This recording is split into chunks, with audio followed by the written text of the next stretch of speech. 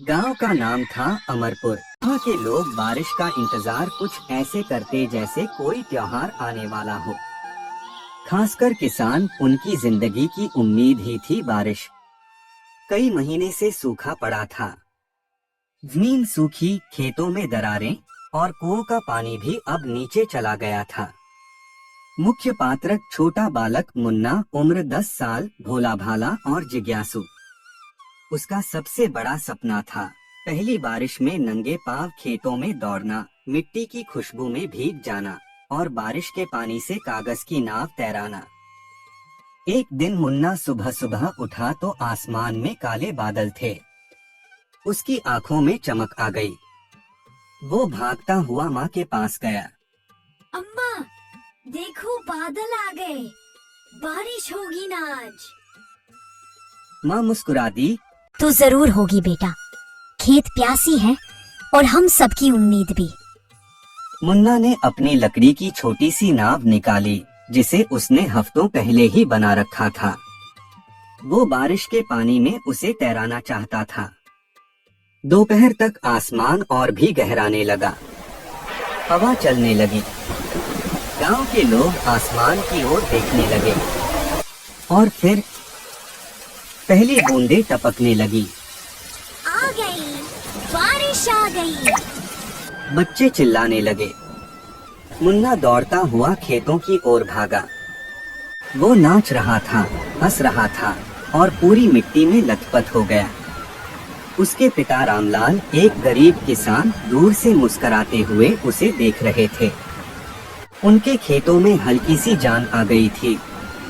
बरसात की हर बूंद उनकी मेहनत को जिंदा कर रही थी। गांव के बुजुर्ग बाबा हरिदास एक पेड़ के नीचे बैठे थे। बच्चे उनके पास आकर बोले, बाबा आ गई, बारिश आ गई। बाबा ने मुस्कुराकर कहा, हाँ बेटा, लेकिन याद रखो, बारिश सिर्फ खुशी नहीं लाती, जिम्मेदारी भी लाती। मुन्ना चौंका। जिम्मेदारी? कैसी जिम्मेदारी बाबा?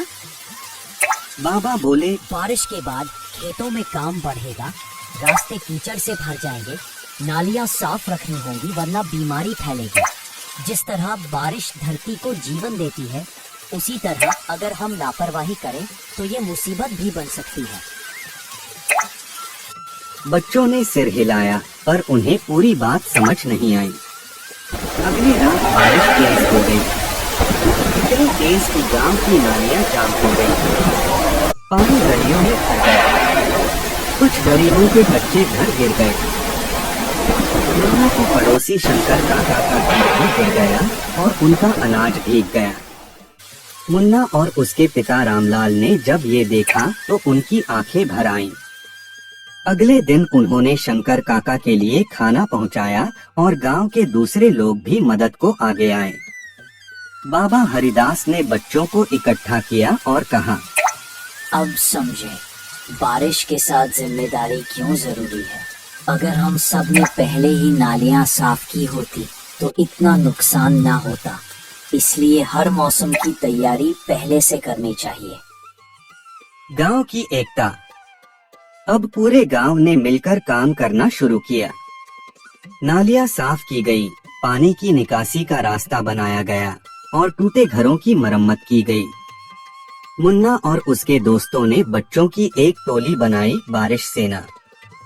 उनका काम था कीचड़ में फंसे बच्चों की मदद करना, बूढ़ों को छाता पकड़वाना और जो भी जरूरतमंद हो उसकी मदद करना। गांव में एक नई चेतना आ गई थी। कुछ हफ्तों बाद बारिश रुकी और खेतों में हरियाली उग आई। रामलाल के खेतों में पहली बार इतनी अच्छी फसल दिखी। उन्होंने मुस्कुराकर मुन्ना से कहा, हमारी मेहनत और एकता का भी फल है।